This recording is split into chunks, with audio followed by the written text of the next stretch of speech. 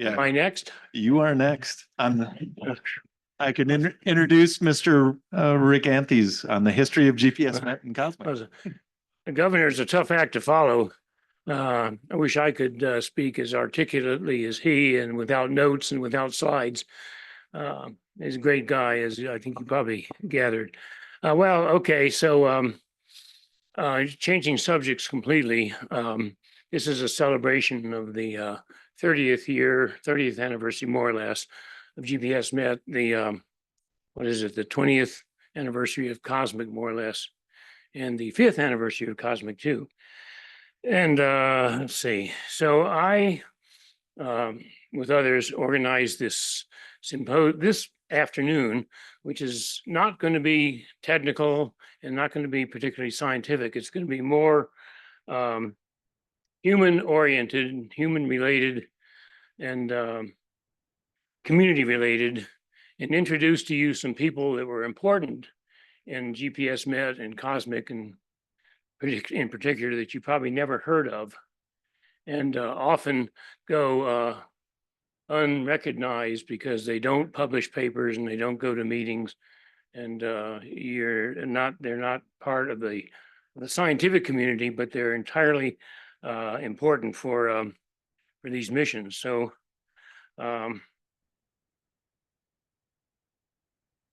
something popped out of this thing when I pushed it. Okay.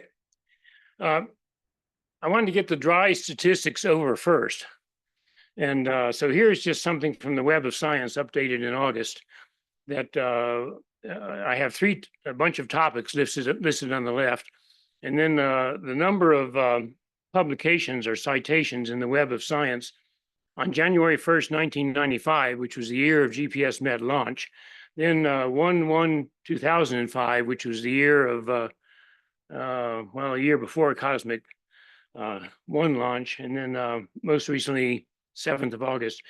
And these are the number of publications that mention radio occultation, radio occultation in weather, radio occultation in climate, radio occultation in GPS Met, and so on. And you see that in 1995, there was only 271 papers that mention radio occultation, and all of this was in the planetary atmosphere. It's nothing to do with Earth. And virtually nothing about RO and weather and meteorology and climate. And then after GPS Met and CHAMP, which you'll hear a little bit more about later, the number had jumped to 752, now up to 115 in weather and meteorology and 53 in climate. And then just last month, over 3,000 in radio occultation and so on. So there's been a huge impact in terms of scientific publications, which is just one metric of the impact of radio of these missions. This is a favorite quote of mine, and it takes some careful reading, but this is a Machiavellian quote, literally, who says there's nothing more difficult to take in hand, more perilous to conduct, or more uncertain in a success than to take the lead in the introduction of a new order of things. For the reformer has enemies in all those who profit by the old order, and only lukewarm defenders in all those who would profit by the new order. And this is something that I found true since my early involvement in the early stages of GPS Met. And I won't say much more than that, but some of these challenges that you'll see in the subsequent talks are related to this difficulty of accepting new ideas. I think he hit it on the head. Okay, this is also the 60th anniversary, more or less, of the first RO. And I can't emphasize the importance of the NASA, JPL, Stanford work in the planetary exploration using radio occultation. It goes back to 1965, the first radio occultation measurement of a planetary atmosphere. And I just want to mention that. I'm not going to say anything more about those, but we stand on the shoulder of giants. I don't want to minimize the importance of this early NASA, JPL, Stanford work. So next I want to introduce a few GPS Met and Cosmic 1 heroes. I don't have any heroes listed for Cosmic 2 yet because it's only 5 years old. You can't be a hero if you're only 5 years old, if you're only 5 years into it. So that'll come 20 years from now when I probably won't be here. So here are 5 people from the National Science Foundation. And without the National Science Foundation, GPS Met and Cosmic 1 would never have happened. I just say that. That is an absolute certainty in my mind that we have relied completely on NSF for the success of these missions. They were essential. And that's odd because NSF stands for Never Any Satellites Foundation. And yet here they are, the key leadership organization in GPS Met and Cosmic 1. And I'm not going to read all these names to you, but so we'll come back to some of them. Jay Fine in particular is perhaps the superhero, if I had to name one, of all of these many that you'll see. Stick Ware, Randolph Ware, known as Stick, unfortunately could not be here today, but he introduced GPS Met idea to me in November 1991. I was president of UCAR at the time, and I was used to people coming in and say, "Hey, Rick, I got a great idea for you. Can I have some money?" And sponsors have probably heard that kind of thing before. But I listened to him, and you'll see that he played a major role in GPS Met. Ben Herman, professor from the University of Arizona, an expert in radiation, no experience in radio occultation, but he visited NCAR in summer of 1992. I knew him and respected him greatly as a no nonsense, no bullshitter kind of guy who is really smart and would tell me the truth no matter what, even if it hurt my feelings. And so I said, "Hey, Ben, what do you think about this radio occultation idea?" Because I knew nothing about it. I know hardly anything about it now, but I knew zero then. And I wanted to know before UCAR really got involved what an expert thought, a critical expert who was fair. And Ben fit that. He was an early reviewer of the GPS Met concept for me. And he and his assistant, Da-Sung Fung, produced the first retrieval of the GPS Met profile, which you'll see later. Now, this is one you probably never heard of, but this is an incredible guy, John McLucas, not a scientist, died quite a few years ago. He was the FAA administrator in 1975 to 77. He was on our board of trustees in 87 through 1992, which is a critical period for GPS Met. He obtained 200K of the crucial early funding for GPS Met. He was Secretary of the Air Force. He was the CEO of the MITRE Corporation, and really nice guy from North Carolina, I believe it was. Nice Southern soft accent. He looked like a country bumpkin, but he was incredibly sharp and insightful and a really nice guy. He has a GPS Met license plate. If you notice that license plate, and he was so enthusiastic about the concept. Jack Fellows was the Office of Management and Budget NSF budget examiner in 1987 to 1992. He was he put about $1 million from the NSF budget into the NSF atmospheric sciences budget to support GPS Met, and that almost never happens. That OMB almost never earmarks the NSF budget. And he did it with the full concurrence and permission of Bob Carell and the director of NSF at the time, Walter Massey. So this is a very rare event. And he was then later became UCAR vice president and director of UCP and was Bill Quo's boss during the Cosmic 1. And some of you have probably met him. Unfortunately, he's not going to be here today, but he is going to make some comments.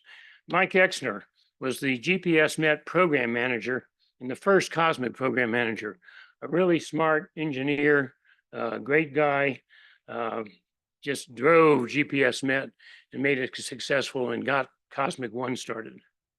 unfortunately, he could not be here today. Jeff Reeves, another one you probably haven't heard of, but he was the UCAR Associate Vice President for Finance and Administration, not a scientist, but his work and effort in Cosmic, negotiating contract negotiations with Taiwan and the AIT TECRO agreements so that we could cooperate with Taiwan, because the US did not recognize Taiwan as a nation because of the one China policy. And he led these challenging negotiations. He is here today, and he's going to make a few remarks. I'd like to please give Jeff a hand. One of these heroes that doesn't get much credit, but, and then Jay Fine, the superhero, he monitored the GPS MET proposal in 1992. And then I also worked closely with Jay on the Community Climate System Model project, which was under development at NCAR. And we would go to these nice meetings in Breckenridge and have breakfast together. And in June 1997, I introduced Jay to Cosmic, and expecting him to say, "Oh, well, we've done all we can do with GPS MET. We're not a satellite mission. Go to someplace else." But he didn't. He said, "Let's make this work." And so he was crucial in getting the funding, the US side of the funding for Cosmic One. And he was our program manager until 2012, when he was succeeded by Eric DeWeaver. Then two incredible people from Taiwan, C.Y. Chai, who is a meteorologist, was at the National Taiwan University, director of the Central Weather Bureau, assistant director of the National Science Council, which is like the NSF in Taiwan, and later director of the CAA, which is like the FAA in Taiwan. And then Chao-Han C.H. Liu, solar terrestrial physicist, was a professor at the University of Illinois, president of National Central University, and vice president of Academia Sinica. These people were highly respected in Taiwan, very different backgrounds, but they have known each other for years. You'll hear excerpts from an interview that Bill Kuo and I did with them back in March. And they're incredibly smart, good people. Then some scientists and engineers who are absolutely crucial to GPS MET and Cosmic. And now you're starting to probably recognize some faces. And many of these have gotten, and I'm not going to read these to you. I think you know these, but these are incredibly good people and worked very well together. And we'll hear more from, I think, all of these one way or another later on. And most of them are here in the audience today and will be around for the reception tonight. Now, a few other people. Gary Davis was at Noah Nessus. He and I became good friends. I remember him at a Cosmic One breakfast when we were begging for funds for 2 years for Cosmic One, begging Noah for money. And he said, "Well, what are you going to do after 2 years?" I said, "I'll be so happy with 1 year. I don't need to, I'm not even thinking about year 3. I'm trying to get, scrape together $20 million for Cosmic One." A great guy, great engineer. Bob McCoy and ONR was key in getting us the launch for Cosmic One. G.S. Chang, one of the many NSPO directors that we worked with. And then Mike Freilich, a great, and some of you know him from NASA. He unfortunately passed away recently. He, well, maybe I'll tell you the story later, but he ended about 10 years of begging, where every year we'd go to an AMS meeting and beg for 100K from this agency and 100K from that agency and 100K from a third agency. And then Jay would broker all this stuff. We tried to string ourselves along. And Mike Freilich finally joined one of these breakfasts and said, "This is nonsense. This is a great mission. I'll work with NSF and we'll provide much more stable funding," which he did. Great guy. Okay, now early history. Stick Ware introduced the concept to me in November 1991. I gave him 25K for a workshop. We had a workshop on December 16th at the UCAR Fleischman building. And here are the attendees at that meeting. And I'm not going to read all these to you, but I highlighted a few in red. Some of these are stayed with the program and are still active. Just take a quick look at it. Notice that nobody from NSF or NOAA was invited. And that was because this was a exploratory workshop. All the experience in radio occultation was in NASA. So we invited a NASA representative, but we didn't even think of NOAA and NSF. It was far premature. Here are some of the key people who were at that meeting. You see that young guy in the lower right? Yeah. It's the same guy. And he stuck with it. So now we're going to hear excerpts. That meeting was recorded, and I just found this. So we're going to hear excerpts from this workshop, and Stick will introduce it. So I hope this works. Starting today is Dr. Bill Melbourne. Volume, please. Bill has been involved with planetary occultations for a long time. He is also the principal investigator on the GPS geophysical instrument, which is scheduled to fly on EOS in 2002, more or less, I guess we can say. Following Bill will be Jan King from Orbital Sciences Corporation. This is the Boulder office. Jan is involved in the ORBCOM program. They've already launched several GPS receivers last July.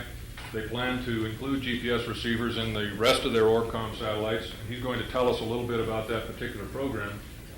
And I think the interesting parts about this are that it's going to happen fairly soon, and that they do see an interest in the type of measurements that we're talking about here. Then I've got Dr. Ken Hardy from Lockheed on the agenda, but I think Ken has told me that he's going to share this, or maybe even pass it over to Rob Krasinski from JPL to bring the group up to speed.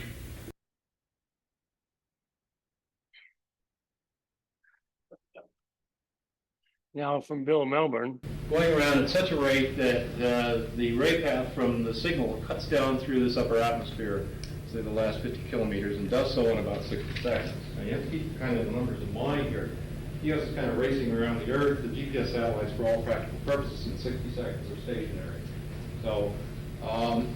So what we see then is a signal that's affected by refraction going through this atmosphere. And we're therefore interested in error sources that happen rather rapidly. The short period spectrum part of the error source, as you'll see in a minute. But it's important to do accurate orbit determination to know where that platform is, the EOS platform in this case, is relative to the constellation of satellites. So we think we can do it. We have an experiment scheduled to be launched on Topaz this coming July, and we should be able to prove that we can do the order of decimeter a few centimeters.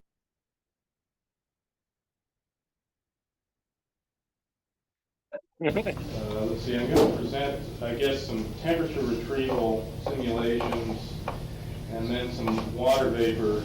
The temperature retrieval simulations are basically tropopods up through the stratosphere. Then I'm going to say some words about what we've done on the water vapor retrieval.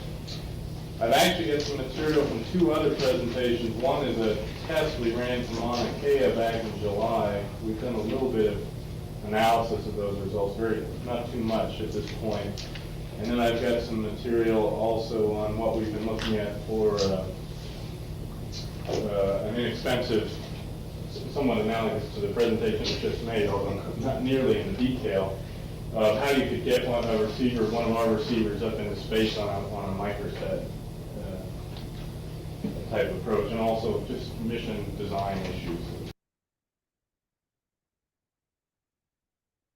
Blackboards, overhead projectors, these are like grandma's old movies. Okay, a brief history of GPS Met. There's a picture of the team in circa 1995.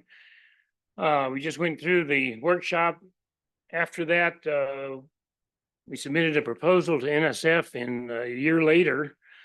And in spite of mixed reviews, which I'll get to in a minute, NSF funded the proposal with help from Jack Fellows which I mentioned. And then Microlab 1 was launched on April 3rd, 1995. The data collected for 2 years cost $10 million.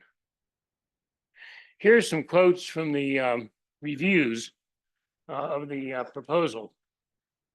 Oh, yeah, here some quotes.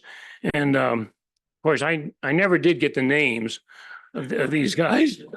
I tried really hard to get the names, but I could, but the NSA wouldn't give them to me. But they did give me the verbatim stripped reviews. So anyway, this is, think of the Machiavellian quote. Opposed by those who have a vested interest, who don't really understand the idea of a vested interest. 4 out of the 12 reviews rated the proposal poor or fair. And I think if a proposal got that number of poor reviews and fair reviews, they would never get, I don't know, you should ask Eric if that would ever get funded in this climate. Probably not. So we got a response, and it was kind of devastating. Premature for them to contribute to GPS Met. That's a nice way of saying they're not funding it. Premature. And then they went on, and then they said, we're not changing our mind. Don't come back to us and argue about how wrong the reviewers were. So that was April 1st. So we'd pretty much given up. We didn't write back. We didn't say anything. But then 6 days later, the first miracle.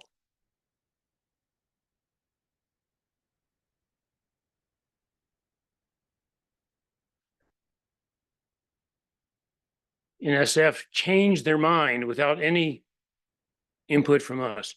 They asked for a revised proposal, responding to the review concerns of the reviewers. And the result of that was a very fast funding by NSF of $2.2 million over 2 years, with additional contributions from FAA, NOAA, NASA, and Orbital Sciences. So now I'll go into a little bit about this miracle. My name And, is Jack this Fellows, is- and I had the great pleasure for 16 years to be a vice president at UCAR. My apologies for not being there today, but I was honored that Rick Anthes asked if I could talk about my role in the early days of COSMIC. While COSMIC has become an important observational technique for both research and observations, the birthing of COSMIC was quite challenging. I joined UCAR in 1997 and had the great pleasure of working with Rick, Bill Kuo, and many others in the COSMIC program until 2012. But my role predated 1997, and that is what Rick asked me to talk about today. In 1983, I had just finished my PhD, and I was awarded an AGU Congressional Science Fellowship to spend a year in the US Congress as a science consultant. A key role during the year was to provide my views on the goal and likelihood of success of federal science and space programs. During the year, I discovered several things. The US was investing nearly $1 billion in global change research across 13 federal agencies with very little coordination. And also, NASA was considering a single multi-sensor Earth observing platform, which seems very vulnerable to a broad range of risks, like launch and instrument failures.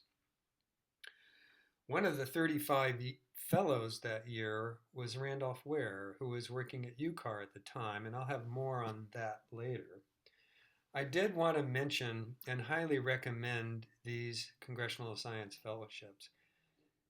It's an ultimate lesson on how the government works, and it's also an opportunity to take your scientific academic training and bring that into the policy world. The 13 years that I spent at OMB were largely fueled by that experience in the US Congress. So I highly recommend these programs if you have an opportunity to pursue them. After the fellowship program, I joined the Office of Management and Budget to ensure that agency science and space programs were consistent with presidential policy. OMB is part of the White House staff, and the president at the time was Ronald Reagan.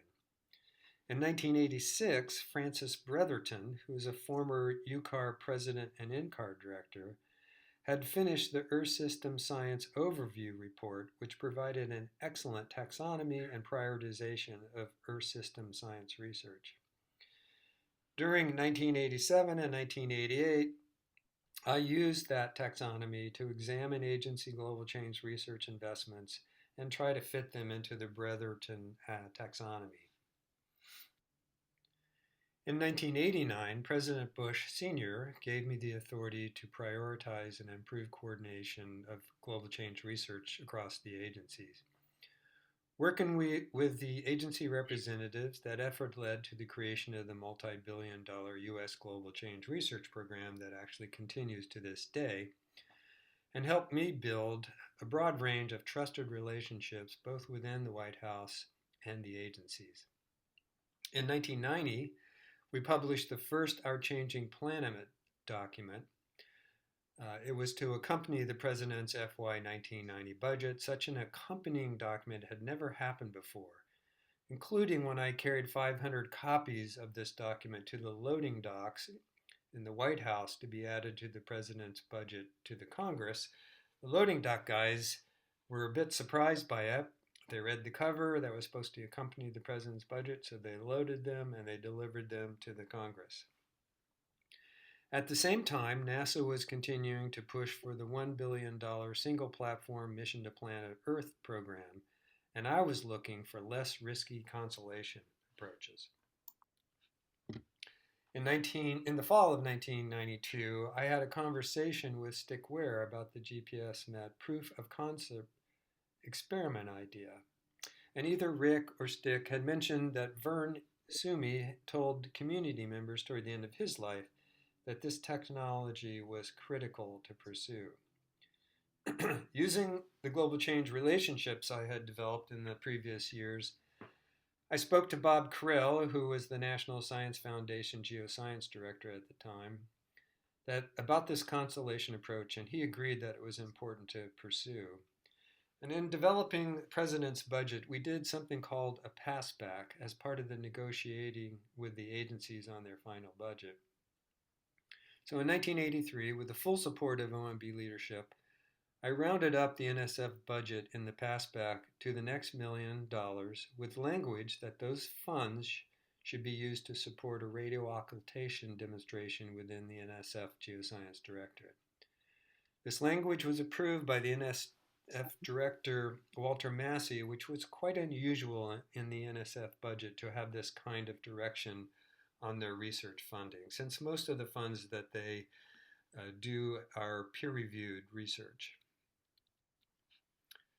It's hard to estimate how much impact this small kickstart of language and funding had on the cosmic program, but it certainly raised the exposure and interest in the federal agencies. Most of this happened 30 years ago. I consulted with OMB and NSF people to be sure that my memory was correct on these things, including Bob Carell, who said that the radio occultation funding and language helped him push the GPS-MET program both within and outside of NSF. It is certainly an example of how unrelated actions and a range of personal trusting relationships can lead to something very special. There's much of the recent history that I don't know since I left UCAR in 2012. That said, I wanted to thank Rick, Bill Quo, and the entire Cosmic team for the opportunity to be involved in Cosmic and provide this history. And I would also like to thank you all for your time.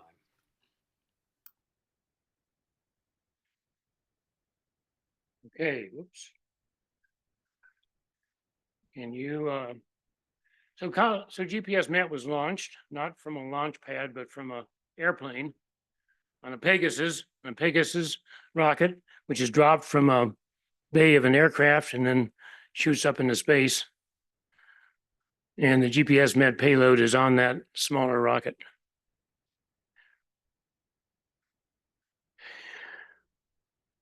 April 1995, 13. This is the first RO sounding of Earth's atmosphere produced by the Arizona team, Ben Herman and Dacheng Fang. And it was a sounding near the equator that looked like sounding, and it had wiggles in it, which we didn't know whether it was just noise or probably gravity waves. It turned out to be gravity waves. A few days later, UCAR, the GPS Met team, processed the same sounding and found something very similar.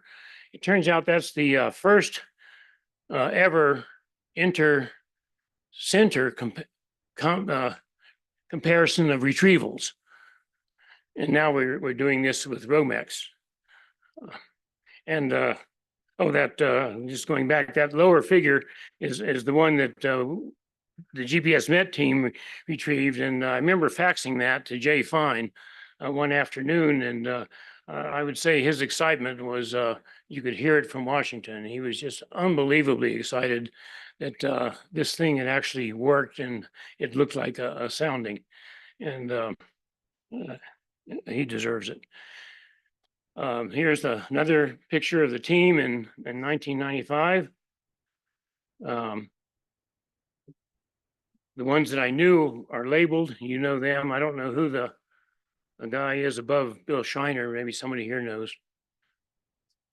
Rick McCloskey. Thank you. Okay, I'll add that. Anyway, people have not changed at all, except for me. This was the last GPS Met sounding, and the satellite was still working, producing soundings, but we could not get the 25K a month to keep the data flowing. So Orbital Science has shut off the data, which leads now to this 4-year gap in radio occultation. So anyway, with the success, then we began the search for a constellation to demonstrate the impact on forecasting, because GPS Met was in non-real time. And went to many, many offices, many agencies, and here's the reaction. Uniform, no. Until we got to Taiwan, and finally a yes. Why Taiwan? Well, it goes back to relationships that were built up as early as 1982. And that's C.Y. Chai on the right there, George Chin on the left, me with a dark beard at that time. I visited them to do a review of the National Taiwan University Atmospheric Sciences Department. Got to meet CY. Long story, but it led to friendships and trust that are unbelievably important in these kinds of things. And it led to a visit from Taiwan and the National Space Program Office at the time, the National Science Council delegation to UCAR in 1997. I'm not going to read all this to you. There was a signing of first agreement in Taiwan. And here's a few slides that view graphs that I was producing. This was the first interagency RO meeting in January 1999. And I was introducing Cosmic to them. And that time we were expecting to have 8 satellites, and we had to descope it to down to 6. But anyway, you can read this. I don't want to spend too much time on this. And here's what we were kind of promising. And that was the beginning of the annual begging from the agencies at this Cosmic breakfast. And we gave them great sausages and bacon and pancakes and anything to get them to get up at 6 a.m. and come and listen to us beg for money. Here's an early view graph of the key GPS Met advantages. At that time, I didn't call it radio occultation, I called it GPS Met. And you see some of these were promises, and I think they've mostly been verified. And also the 3 applications: weather prediction, climate, and space weather. And then later on, this ballooned to some characteristics of RO data with some numbers on it from GPS Met and Champ and others. Then in 1999, the presentation of the UCAR Board of Trustees. Now, for UCAR to take on Cosmic was not a simple matter, because we had all kinds of risks. And I'm going to read every one of these numbers to you. This was the self-insured exposure analysis. This is the kind of thing that Jeff Reeves oversaw and worked on. All these are numbers. The kind of at the bottom, there is a total liability of $72 million.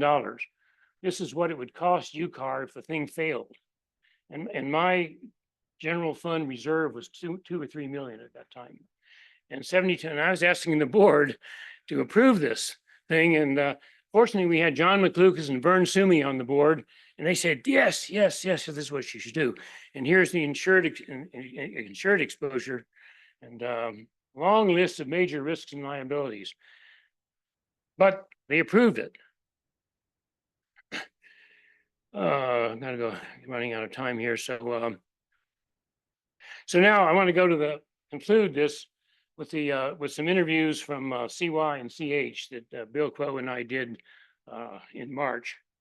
And you remember them, how key they were in getting Taiwan support for COSMIC. I first heard about radio occultation is at the workshop on typhoon research in Taiwan area, which was held Anchor Mesa Lab in May 1997. At the dinner banquet, I told the then Anchor director, Bob Serafin, that I was the vice chairman of the National Science Council, we call it NSC, with the responsibility of overseeing the National Space Program Office, we call it NSPO. At that time, NSC had a plan to launch 3 satellite missions in 10 years. The side objectives of the first 2 missions had already been decided. However, we were still in search of the objective for the 3rd mission. Bob Severin suggested that to me that NSC might consider radio occultation for the 3rd mission.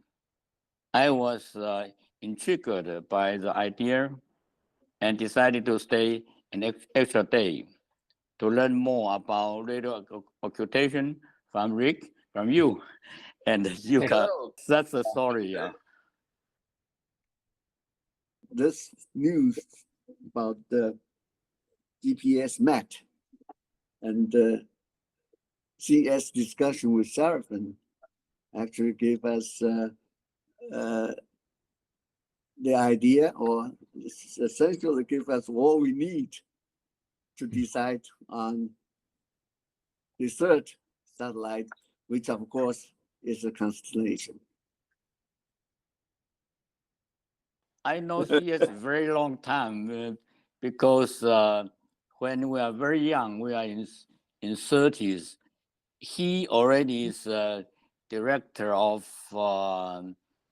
planning in National Science Council.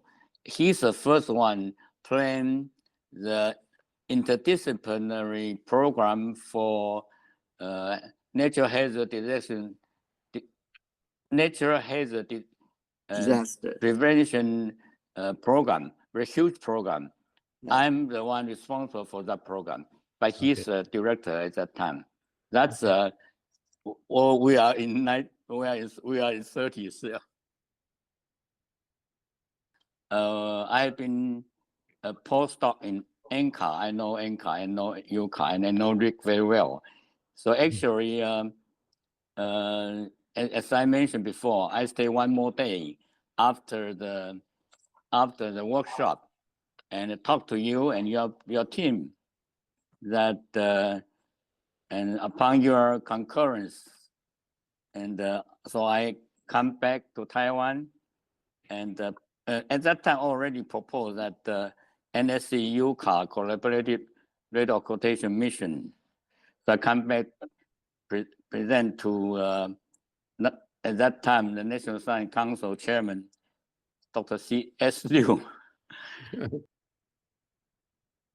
Yeah, actually, I knew Bob Serafin not from the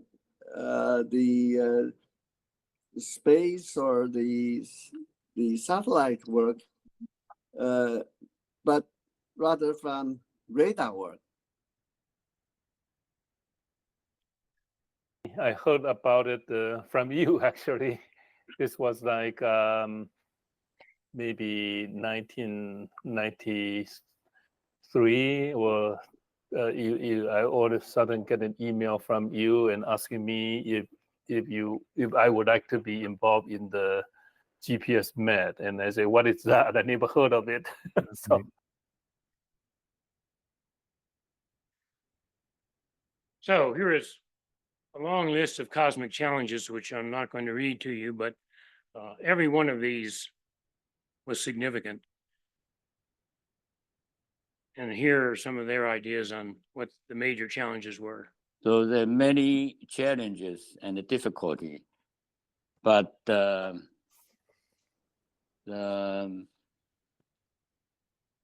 had to be resolved by both sides. But the most significant at that time was overcome the procurement and contractual issue between UCAR and NSC, NSPO. And that's some politics there. initially, when we try to negotiate a contract, Taiwan doesn't view this as a science collaboration with the United States. In fact, NSPO was trying to do a science support service contract, and they are using the government procurement regulation as a procurement contract. And because it's a government procurement contract, there was all kinds of penalty clause. And so we actually spent 2 full years, me and Jeff Reeves at that time from the UCAR contract, we had 8 trips to Taiwan in 2 years, negotiating with this very challenging lawyer that are appointed by the National Science Council on every single terms and conditions. It was really painful. Took a long time. In Taiwan respect, because Taiwan is surrounded by oceans and with very few traditional radio sound observation in the vicinity. So radio occultation measurement with high vertical resolution can significantly increase the observation around Taiwan, improve the accuracy of NWP, including forecasting skill of typhoon track and intensity. Many of these key points was proven after launch of the cosmic mission in 2006. The friendship that we built among us, I think during those years, that's very, very dear to me. And the other thing is that many of my students, as well as my students' have been benefited from this project, and they built their careers around cosmic. Many of them spend time in Boulder. Lin Charles Lee, Hong. Now he's doing very well, and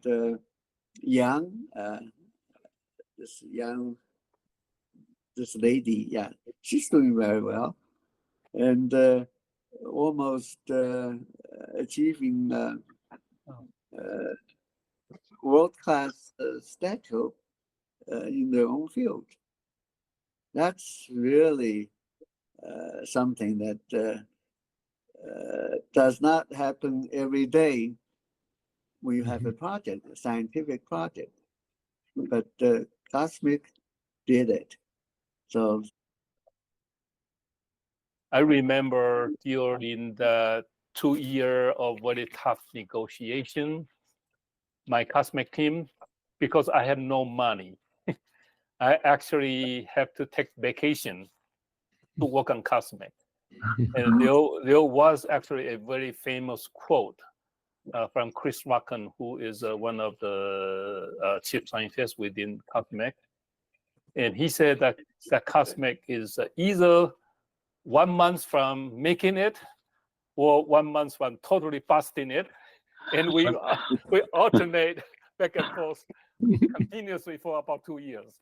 That was really challenging. And I remember after we signed the contract, Dr. Jay Fine came to me and saying that he is very appreciative that we stay on, had the fortitude to make this happen.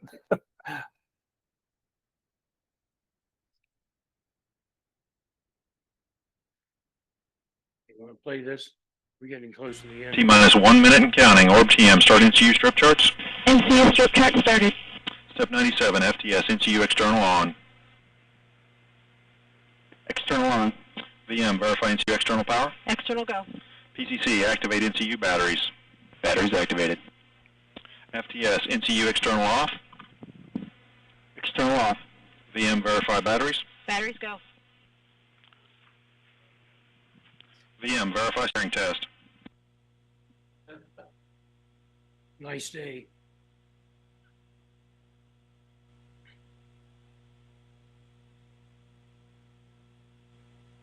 T-minus 20 seconds.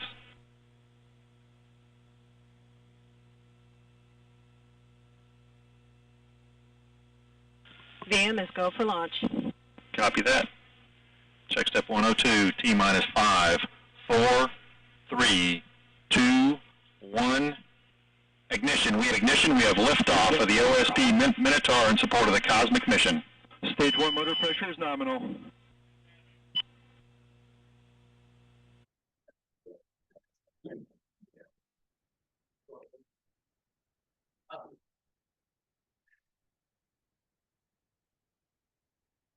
Either GPS MET or Cosmic were in anybody's long-range or strategic plan. They developed not from a committee, but from the leadership and the vision of a few individuals. They developed from a number of chance occurrences, incredible number of chance occurrences based on previous relationships and trust and so forth. Many obstacles. Luck played a big role. You cannot, put luck in your next proposal. And I think, special thanks to Taiwan for its leadership and support of Cosmic 1 and 2. And that's the end of my history. Thank you very much.